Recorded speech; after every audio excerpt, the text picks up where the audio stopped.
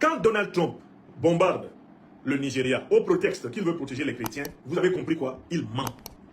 D'abord, pourquoi est-ce qu'il ment? Il ment parce que, en fait, tous les prétextes que les Américains ont utilisés avant lui pour bombarder des tas de pays dans le monde étaient des mensonges. Donc il appartient à la tradition mensongère qui dirige les États-Unis. Mais il ment parce que Donald Trump lui-même n'est pas un chrétien. Il est connu comme un homme à frasques, dont la vie quotidienne, dont la vie personnelle est aux antipodes des valeurs du christianisme.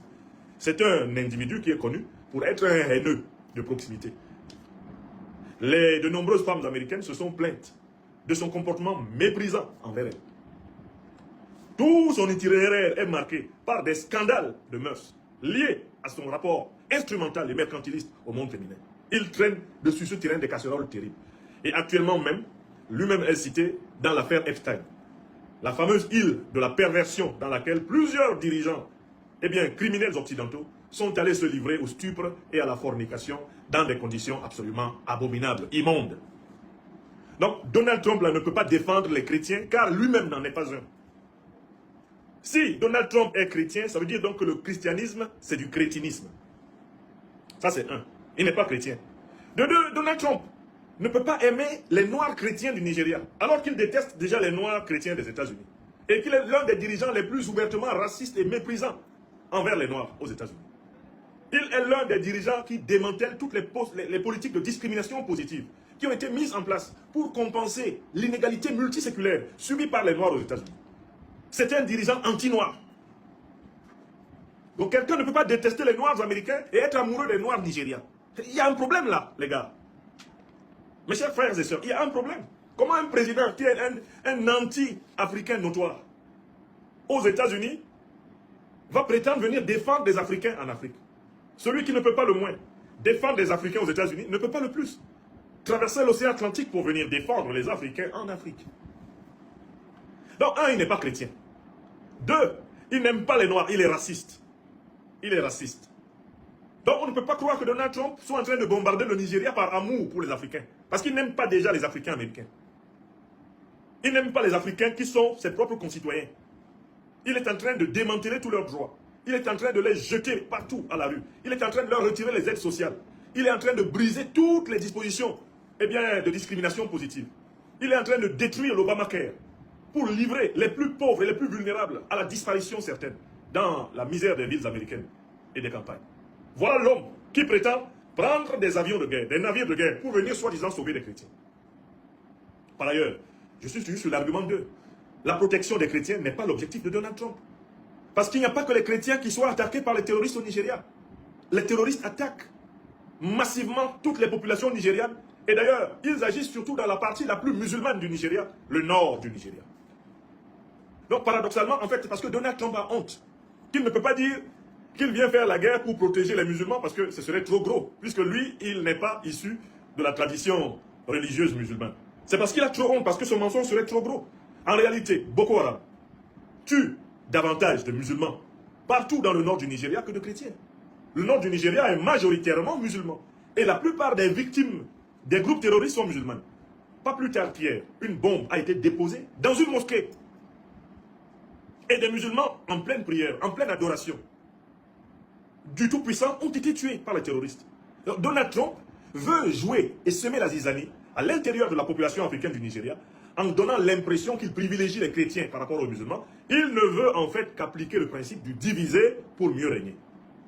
En donnant l'impression d'être le protecteur des chrétiens, il utilise la psychologie de la croisade, donnant l'impression ainsi d'être le gardien protecteur de la chrétienté contre le monde d'islam. Il s'agit en réalité de fragiliser le tissu social nigérien afin de légitimer l'intrusion, l'ingérence, l'interventionnisme américain. C'est la méthode du diviser pour mieux régner. Je suis toujours dans le deuxième argument. Trump n'aime ni les chrétiens, ni les musulmans, ni les traditionalistes africains. Trump est un raciste anti-africain notoire. Il ne peut pas nous dire qu'il est venu sauver les chrétiens. D'abord parce qu'il n'est pas chrétien. Ensuite parce qu'il n'a pas fini de sauver les chrétiens chez lui, aux États-Unis. Ensuite, il est raciste. Et il n'a pas fini de protéger les Noirs aux États-Unis. Il est en train de détruire leurs droits. Et il ne peut pas prétendre, lui qui est raciste anti-noir aux États-Unis, lui qui n'est pas chrétien du tout aux États-Unis, il ne peut pas prétendre venir protéger les Noirs et les chrétiens au Nigeria. C'est faux. J'ai insisté sur le fait que nous avons affaire, dans cette histoire, nous avons clairement affaire à un terrorisme qui ne cherche pas à savoir quelle est la couleur religieuse de ses victimes. L'objectif du terrorisme, vous le savez, c'est de chasser les populations africaines des zones d'extraction des matières premières stratégiques afin de les exploiter allègrement et calmement. C'est ça le but des organisations, c'est ça le but des organisations terroristes qui sont des mercenaires, on le verra, de l'impérialisme occidental. Donc, le prétexte trumpien de la protection des chrétiens est un voile comparable à tous les autres prétextes des guerres américaines dans le monde. Donald Trump n'est pas au Nigeria pour protéger les chrétiens. Quand l'Amérique agressait la Libye, ce n'était pas pour protéger les Libyens, c'était pour piller la Libye. Quand elle agressait l'Irak, ce n'était pas pour protéger l'Irak, c'était pour piller l'Irak. Quand elle agressait la Syrie, ce n'est pas pour protéger les Syriens, pour piller la Syrie. L'Amérique qui est en train de tout faire pour agresser, eh bien, maintenant, le Venezuela, ne le fait pas pour protéger les Vénézuéliens, par amour pour les Vénézuéliens, mais c'est pour piller les ressources pétrolières du Venezuela. Tout le monde le sait maintenant. Donc, le second argument, pour démontrer que la lutte antiterroriste de Donald Trump contre Daesh au Nigeria est une arnaque impérialiste, c'est un argument indiscutable. Les prétextes avancés sont faux, ils ne sont pas factuels. Bon. Maintenant, je passe au troisième argument. Si on a bien compris que la vraie finalité de l'agression de Trump contre le Nigeria, c'est le contrôle des richesses pétrolières du Nigeria, qui commence à échapper aux multinationales occidentales, notamment depuis que Dangote s'est mis à raffiner massivement sur place, et que les Occidentaux sont en train de perdre le marché du raffinement du pétrole nigérian. Si tout le monde a compris que c'est pour cela qu'il fait cela, on peut passer à la troisième raison. Troisième raison pour laquelle la lutte antiterroriste de Donald Trump contre Daesh au Nigeria est une arnaque impérialiste de plus. La troisième raison, c'est la suivante. Les organisations terroristes sont des émanations des services occidentaux et moyen-orientaux eux-mêmes. Nul ne peut se prévaloir de ses propres turpitudes. Je recommence. Troisième argument. Donald Trump ne peut pas nous dire qu'il est venu combattre Daesh et Al-Qaïda au Nigeria et en Afrique. Pourquoi? Parce que ce sont les services américains qui ont créé Daesh, qui ont créé Al-Qaïda. Al-Qaïda a été créé dans les années 80 pour combattre les soviétiques en Afghanistan. C'est la CIA qui a créé Al-Qaïda, qui a financé, qui a armé Al-Qaïda. Mohamed Azam, le fondateur d'Al-Qaïda, est un agent de la CIA. À l'origine, Oussama Ben Laden, qui à un moment donné se rebelle contre ses maîtres américains, est un agent de la CIA, financé, armé, renseigné pour combattre les soviétiques. L'islamisme n'est qu'une variante en réalité de l'impérialisme américain. Allez lire tous les documents sur la naissance d'Al-Qaïda. Vous retrouverez toutes les grandes puissances de l'OTAN et leurs alliés du Moyen-Orient à l'origine de cette organisation et au financement constant de cette organisation. Aujourd'hui, les principaux chefs d'Al-Qaïda se promènent librement en Arabie Saoudite, au Qatar, en Afghanistan, dans les Émirats. Ils se promènent librement dans tout le Moyen-Orient. Voilà pour Al-Qaïda. Maintenant, pour ce qui est eh bien, de l'État islamique, nous allons donner la parole à Donald Trump lui-même pour nous dire qui a créé l'État islamique. Parce que Donald Trump est très bien placé pour témoigner. Monsieur Trump, qui a créé l'État islamique que vous prétendez combattre maintenant au Nigeria? Qui a créé l'État islamique? Qui a créé l'État islamique? Donnons la parole au président Donald Trump. Donnons la parole au président Donald Trump à propos de l'État islamique. Parce que il n'y a pas meilleur poisson à manger, meilleur piment à manger dans la bouche de quelqu'un que celle de Donald Trump lui-même. Qui a créé l'État islamique? On va lui donner la parole pour qu'il nous dise. Pour qu'il nous dise qui a créé l'État islamique. Qui a créé l'État islamique?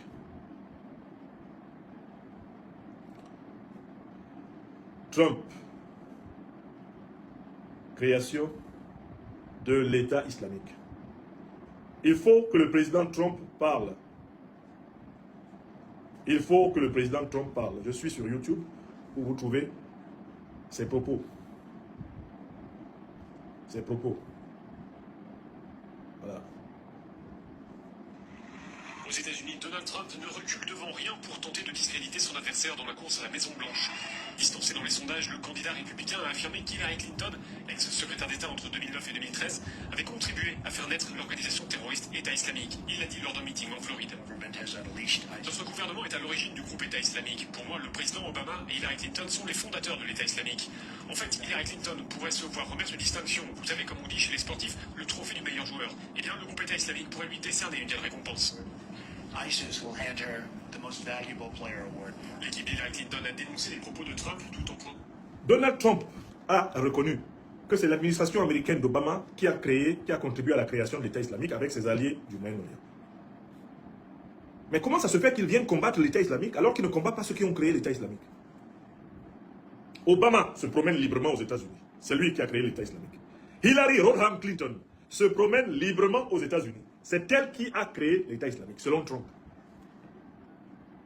Or, Daesh, qui fait des victimes au Sahel, qui fait des victimes en Afrique centrale et même maintenant jusqu'en Afrique australe, Daesh, c'est l'État islamique. L'organisation dite l'État islamique. Comment peut-on comprendre que ceux qui ont créé l'organisation se promènent librement au Moyen-Orient, se promènent librement aux États-Unis, et que Trump vienne combattre leurs employés? Est-ce que vous voyez la contradiction? Comment peut-on se prévaloir de ses propres turpitudes? Comment l'Amérique peut-elle comprendre que ses dirigeants aient créé une organisation de terroristes mercenaires ayant pour but de déstabiliser des pays entiers afin que les Américains et leurs alliés occidentaux viennent les piller?